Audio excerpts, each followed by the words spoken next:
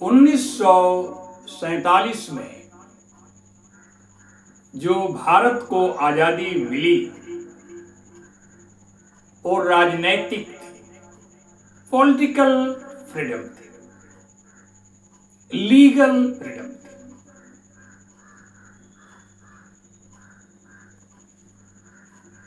हम या भारत के लोग आर्थिक, सामाजिक, शैक्षिक रूप से आज भी गुलाम हैं। पॉलिटिकल इक्वालिटी है, पॉलिटिकल फ्रीडम है, लेकिन भारत में सही माने में स्वतंत्रता तब आएगी जब हर भारत का नागरिक सामाजिक रूप से, आर्थिक रूप से, शैक्षिक रूप से, धार्मिक रूप से स्वतंत्र हो जाएगा। आर्थिक समानता के बिना राजनैतिक स्वतंत्रता अर्थविहीन होती है। कोई उसका मीनिंग नहीं। हम पिछले 79 वर्षों से भारत की स्वतंत्रता की वर्षगांठ धूमधाम से मनाते चले आ रहे हैं। ये सेलिब्रेशन राजनीतिक आजादी के संबंध में है। स्वतंत्रता का अर्थ समानता में नहीं, एब्सोल्यूट फ्रीडम किसी को नहीं मिल सकती है। और यदि हर नागरिक को, हर व्यक्ति को पूर्ण स्वतंत्रता दी जाए तो अराजकता फैल जाएगी, ये सभ्यता ही मिट जाएगी, मानव जाति ही मिट जाएगी। तो समानता और स्वतंत्रता एक दूसरे के पूरक हैं। कोई किसी भी व्यक्ति की स्वतंत्रता या उस देश की स्वतंत्रता लिमिट है। हर व्यक्ति पूर्ण रूप से स्वतंत्र किसी कार्य को करने के लिए नहीं है। आपकी स्वतंत्रता वहीं समाप्त हो जाती है जहां दूसरे नागरिक की स्वतंत्रता का आरंभ होता है।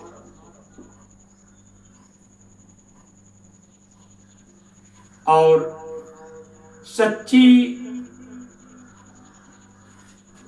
आजादी, सच्चा स्वतंत्रता दिवस तभी होगा जो जीवन के अन्य पहलू, राजनीतिक के साथ साथ आर्थिक, सामाजिक, धार्मिक, जब तक ये आजादी नहीं मिलेगी तब तक ये आजादी अधूरी मानी जाएगी।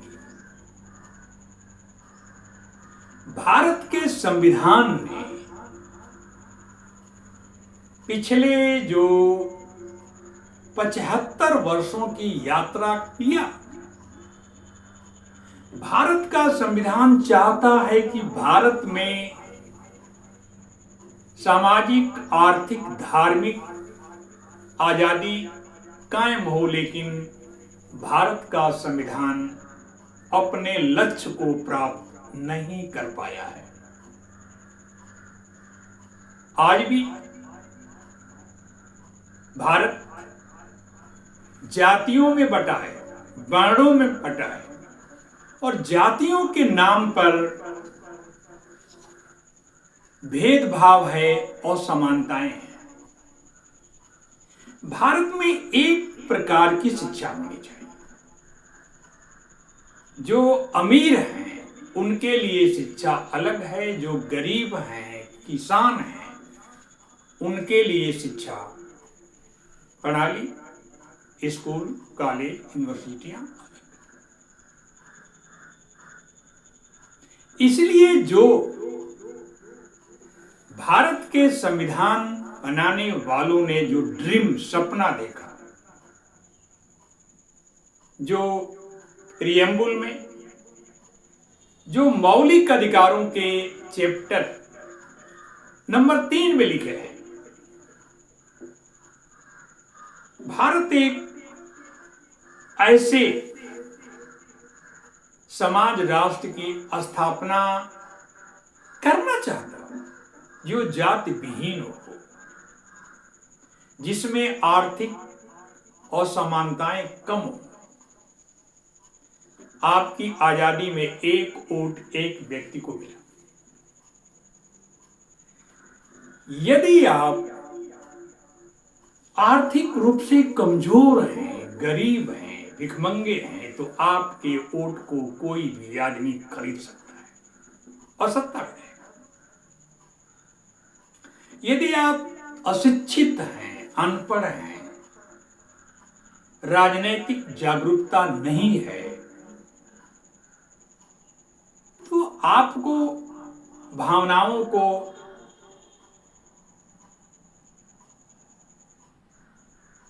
आगे ला करके सत्ता हासिल की जा सकती है। लेकिन पिछले 79 वर्षों में भारत में अनेक परिवर्तन हुए हैं जो 1947 के पहले भारत था वो 2025 में नहीं है। ये तो हम बात कर सकते हैं। जो सरकारें हैं, जो कॉन्स्टिट्यूशनल इंस्टीट्यूशन हैं,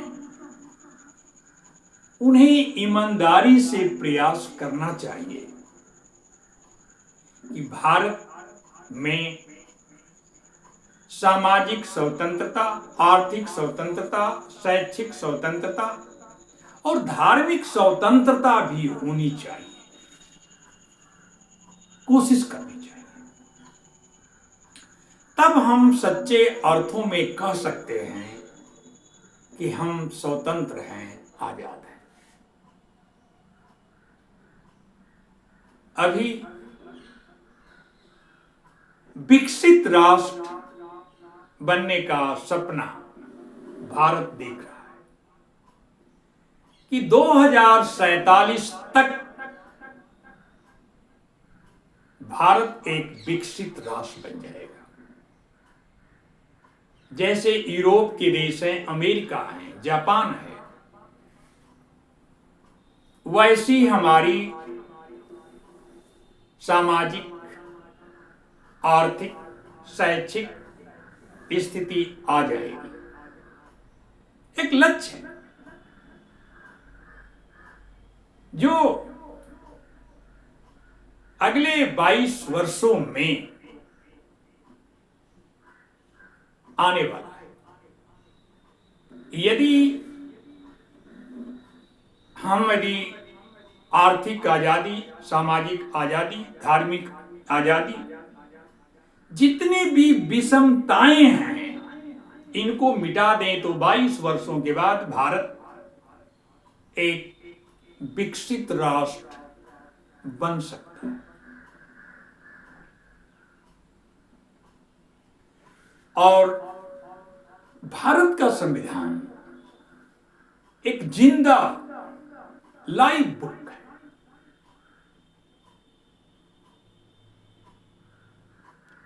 और इसमें पिछले 75 वर्षों से भारत का संविधान भारत में इक्वालिटी, फ्रेटर्निटी, लिबर्टी,